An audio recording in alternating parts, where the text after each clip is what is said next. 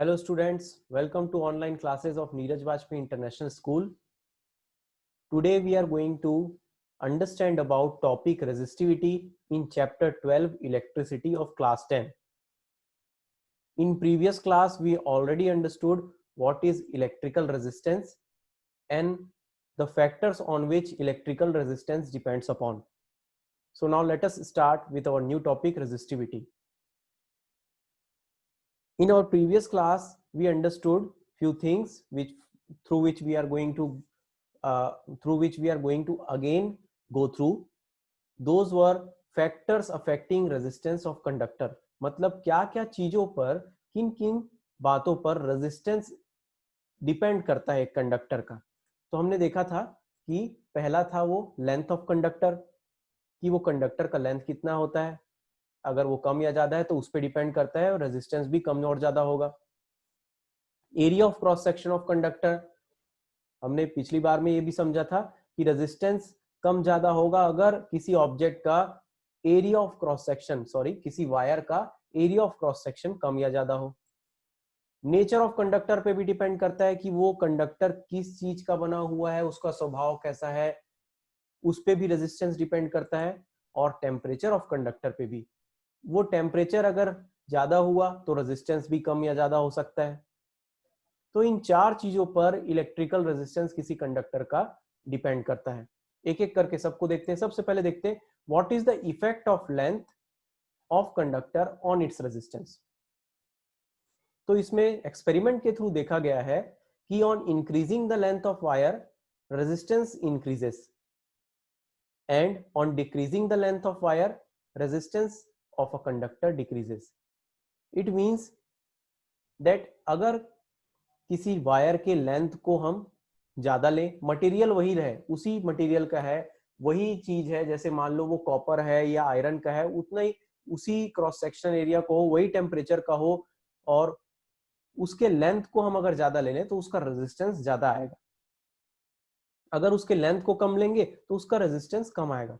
ऐसा क्यों हो रहा है, इसको समझने के लिए आप एक एग्जांपल समझिए कि एक खाली रास्ता है, एक रास्ता है, वहां से आपको गुजरना है, दौड़कर गुजरना है, और एक पर्टिकुलर वेलोसिटी से आपको वहां से गुजरना है. और बीच में कुछ लोग मिलेंगे, कुछ लोग से आप टकराओगे, भीड़ रहेगी, उसके बीच से आपको गुजरना है. Then you will find that आपको ऐसा पता चलेगा कि जितना लंबा रास्ता उतना ज्यादा आपको रुकावट मिलेगी. और रुकावट को ही तो हम रेजिस्टेंस बोलते हैं. इसका मतलब ये हुआ दैट अगर लेंथ बढ़ेगा तो रेजिस्टेंस बढ़ेगा. लेंथ अगर कंडक्टर का हम कम लेते हैं तो रेजिस्टेंस भी कम होगा. इस प्रकार के रिलेशन को हम लोग क्या बोल सकते हैं, resistance of a conductor is directly proportional to its length. मतलब कि R is directly proportional to L. L क्या है, ये L is length of conductor. एक रिलेशन मिल गया हमको, एक इन रेजिस्टेंस और लेंथ ऑफ अ कंडक्टर के बीच संबंध मिल गया. अब दूसरे इफेक्ट को देखते हैं. इफेक्ट क्या हो सकता है अगर एरिया ऑफ क्रॉस सेक्शन कम या ज्यादा करें तो रेजिस्टेंस का. एरिया ऑफ क्रॉस सेक्शन का मतलब ही होता है कि किसी ऑब्जेक्ट का क्रॉस सेक्शनल एरिया क्या है. क्रॉस सेक्शनल एरिया के बारे में आपने मैथ्स में भी पढ़ा होगा. जैसे कि एक सिलेंडर का क्रॉस सेक्शनल एरिया क्या होता है, सर्कल. एक क्यूबॉइड का रेक्टेंगल, जिसे हिंदी में कटाक्ष क्षेत्रफल भी बोलते हैं. ओके, सो लेट अस सी. इसके हिसाब से एक्सपेरिमेंट में देखा गया है कि अगर किसी ऑब्जेक्ट का क्रॉस सेक्शनल एरिया हम बड़ा लेते हैं, ज्यादा लेते हैं, उसी मटेरियल का बना हुआ हो, उसका टेम्परेचर भी वही हो, तो देखा गया है, और लेंथ भी उतना ही हो, तो देखा गया है कि क्रॉस सेक्शनल एरिया बढ़ाने पर रेजिस्टेंस कम होता है, और क्रॉस सेक्शनल एरिया कम करने पर रेजिस्टेंस ज्यादा मिलता है, इंक्रीज होता है. इसको समझने के लिए आप एक एग्जांपल समझो. आपको एक रास्ते से गुजरना है. अगर वही रास्ता बहुत चौड़ा हो और आपको उस रास्ते से, आप समझ लो कि आप एक इलेक्ट्रॉन हो, आपको इलेक्ट्रॉन जैसे कंडक्टर से फ्लो होता है, जाता है, गुजरता है किसी वेलोसिटी से, वैसी दौड़ कर जाना है. तो बीच में जैसे इलेक्ट्रॉन को पॉजिटिव आयंस मिलते थे, जो उसको अट्रैक्ट करते थे, इलेक्ट्रॉन्स मिलते थे जो रिपेल करते थे, रुकावट पैदा करते थे, वैसे ही रुकावट कुछ लोग मिलेंगे आपको रास्ते में, उनसे आप टकराओगे कि यहीं से वो रुकावट को पार करते हुए आपको गुजरना है। तो चौड़ा जितना रास्ता होगा उतना कम रुकावट आपको लगेगा, जितना सकरा रास्ता होगा उतना ज्यादा रुकावट लगेगा। मतलब क्या हो रहा है, एरिया ऑफ क्रॉस सेक्शन हम लोग बढ़ा रहे हैं तो रेजिस्टेंस कम हो रहा है, और एरिया ऑफ क्रॉस सेक्शन को कम करें तो रेजिस्टेंस बढ़ रहा है। इस प्रकार की रिलेशन क्या बोलते हैं, resistance of a conductor is inversely proportional to area of cross section. Inversely proportional, R is inversely proportional to A, या बोलो R is directly proportional to 1/A। Inversely proportional का ऐसा कोई साइन नहीं होता, तो डायरेक्टली प्रोपोर्शनल वाले को यूज करते हैं 1/A, रेसिप्रोकल ऑफ A, जहां A क्या है, area of cross section of wire. ये दूसरी बात हो गई। दो चीजें देख लिए, दो चीजें और बची, चार चीजों पे डिपेंड करता था, चार बातों पे डिपेंड करता था। तीसरी बात, effect of nature of material of conductor on its resistance. मतलब क्या इफेक्ट डलता है, क्या इफेक्ट पड़ता है रेजिस्टेंस पे एक किसी कंडक्टर के, अगर उसके नेचर ऑफ मटेरियल की बात करें तो नेचर ऑफ मटेरियल का मतलब ही होता है कि वो मटेरियल किस चीज का बना हुआ है। तो देखते हैं, some material have low resistance whereas other material have high resistance. ये तो हमको मालूम है, कुछ मटेरियल्स होते हैं, मेटल्स कुछ होते हैं जिनका रेजिस्टेंस बहुत कम होता है, और कुछ ऐसे भी मटेरियल होते हैं, वो नॉन मेटल होंगे चाहे वो अलॉयज होंगे, जिनका रेजिस्टेंस बहुत ज्यादा होता है।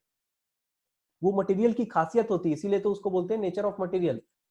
अब देखो एक एग्जांपल लेते हैं, दो वायर ले रहे हैं, दोनों का बराबर लंबाई है, डायमीटर भी सेम है यानी कि क्रॉस सेक्शनल एरिया भी सेम है, और टेम्परेचर को भी सेम करके रखे हैं।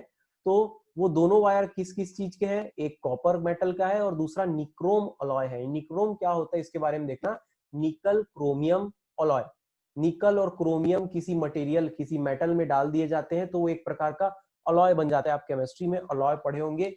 अलॉय क्या होता है, कुछ ऐसे मेटल्स होते हैं जिसमें कुछ इंप्यूरिटीज डाली जाती है, दूसरे मेटल्स डाले जाते हैं, जिससे वो एक खास प्रकार के मेटल्स बन जाते हैं, जिसको हम क्या कहते हैं, अलॉय।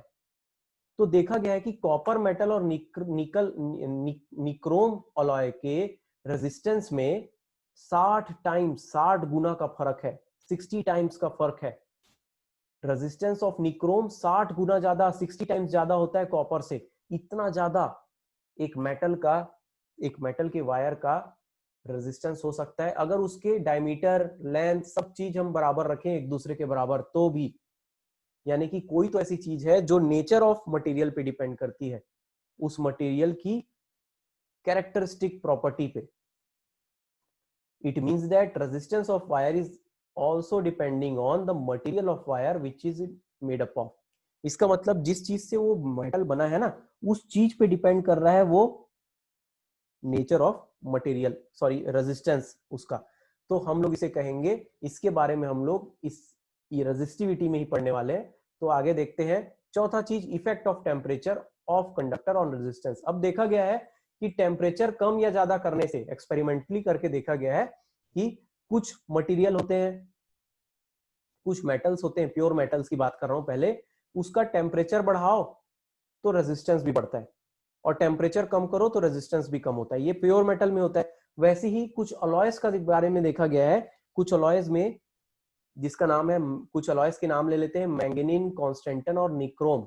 ये देखो यहाँ पर, ये याद रखने वाला है इस चैप्टर के लिए और क्लास 10th के लिए भी हमारे लिए। मैंगनीन, कॉन्स्टेंटन एंड निक्रोम, ये तीन को तो आप याद रखिएगा इस चैप्टर के लिए क्लास 10th में। ये तीन ऐसे अलॉयज हैं जिनके बारे में देखा गया है कि टेम्परेचर कितना भी बढ़ जाए, इनके रेजिस्टेंस में कोई खास फर्क नहीं पड़ता। जबकि प्योर मेटल में फर्क पड़ता था। प्योर मेटल में देखा गया था टेम्परेचर बढ़ाओ तो रेजिस्टेंस बढ़ता है, टेम्परेचर कम करो तो रेजिस्टेंस कम हो जाता है, ये फर्क पड़ रहा था। मगर अलॉयज के कुछ ऐसे अलॉयज हैं जिसमें नहीं पड़ता फर्क। और आप देखेंगे कुछ ऐसे मटेरियल्स भी होते हैं जिनका टेम्परेचर बढ़ाया जाए तो उनके रेजिस्टेंस कम हो जाते हैं।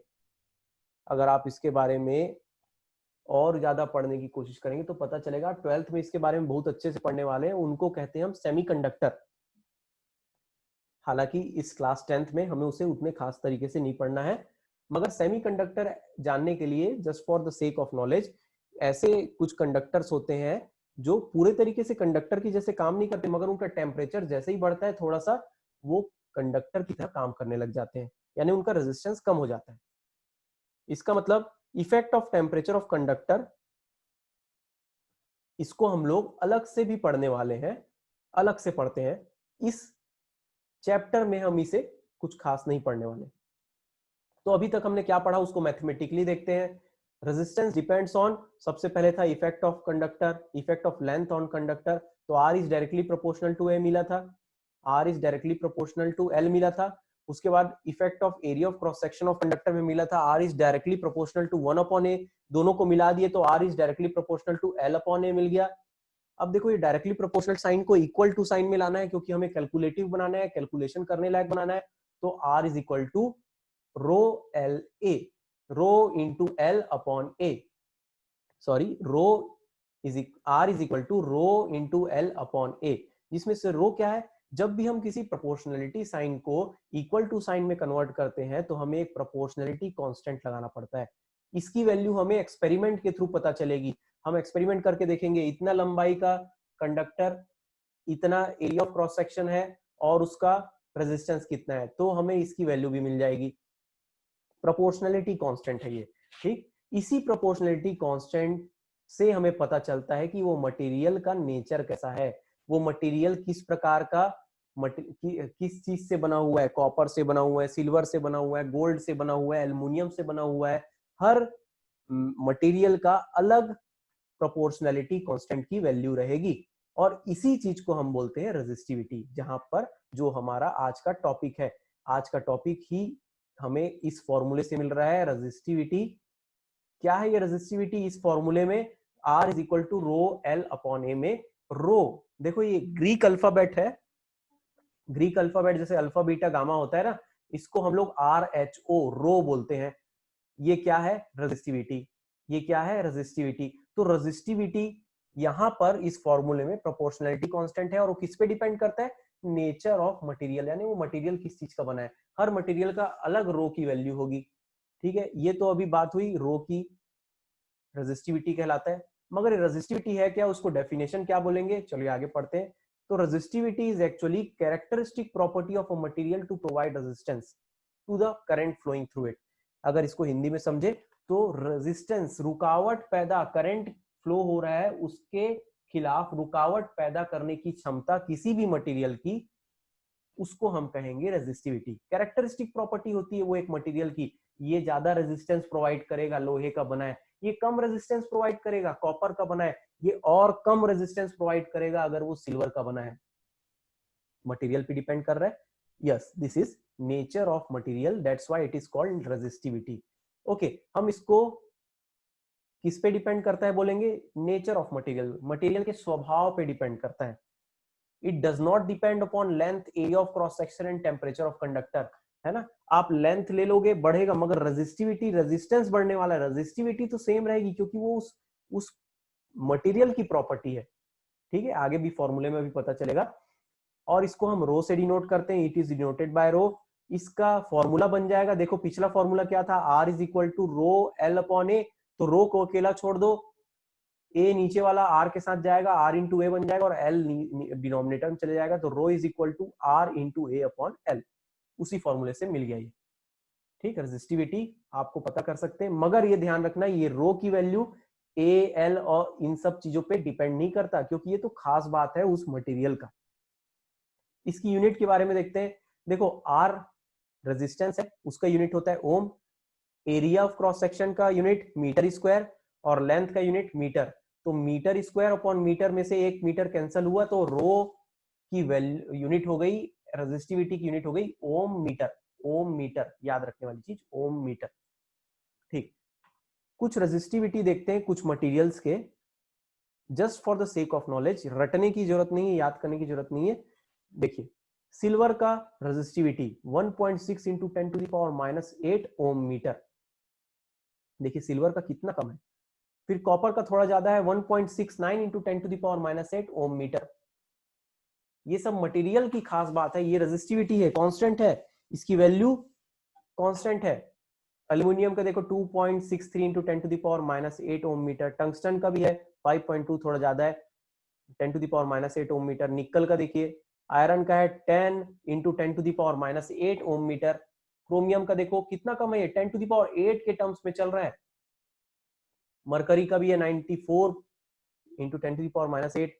मैंगनीज का है। अब देखो अलॉयज में आते हैं, मैंने 3 अलॉयज के बारे में भी बताया था, मैंगनीन, कॉपर, मैंगनीज और निकल का मिलकर बना हुआ है मैंगनीन, एक मटेरियल होता है। और उसका देखो कॉपर का कितना कम है, और मैंगनीन एक अलॉय का देखो 44 into 10 to the power minus 8 ohm metre.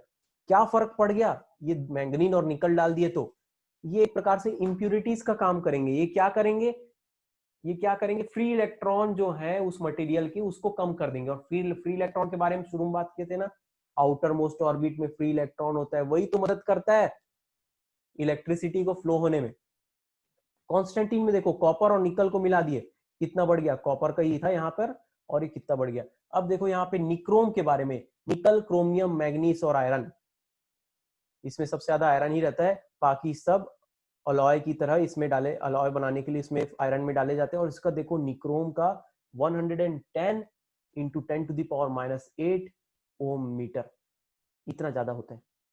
तो इसके हिसाब से आपको यहां से एक आइडिया मिल रहा है कि actually resistivity is the property, characteristic property of a material. उसकी कांस्टेंट वैल्यू होती है किसी भी मटेरियल की, और वो डिपेंड नहीं करती किसी भी प्रकार का लेंथ हो, किसी भी प्रकार का एरिया ऑफ क्रॉस सेक्शन हो।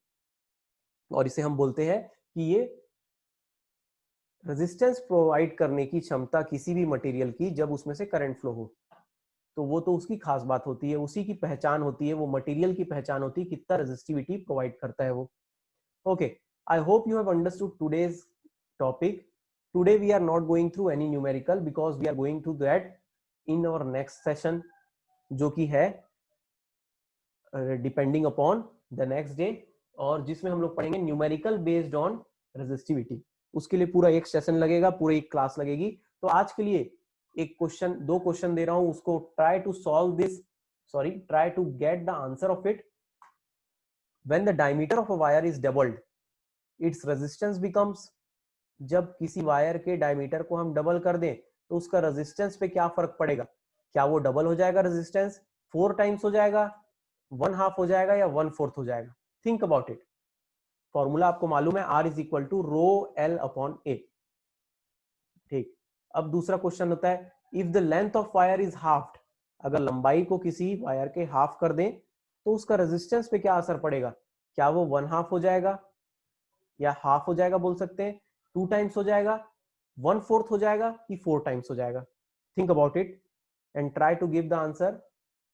And this is it for today. आज हम लोग इतना ही कर रहे हैं। आज के क्लास में आपने समझा कि रेजिस्टेंस किस किस चीज पर डिपेंड करता है, और हम उससे कैसे पहुंचे एक रिलेशन पे कि R is equal to rho L upon A, एक फॉर्मूला मिला हमें, और साथ में वहां से पता चला कि रो एक रेजिस्टिविटी होती है जो किसी भी मटेरियल की नेचर ऑफ मटेरियल पे डिपेंड करती है।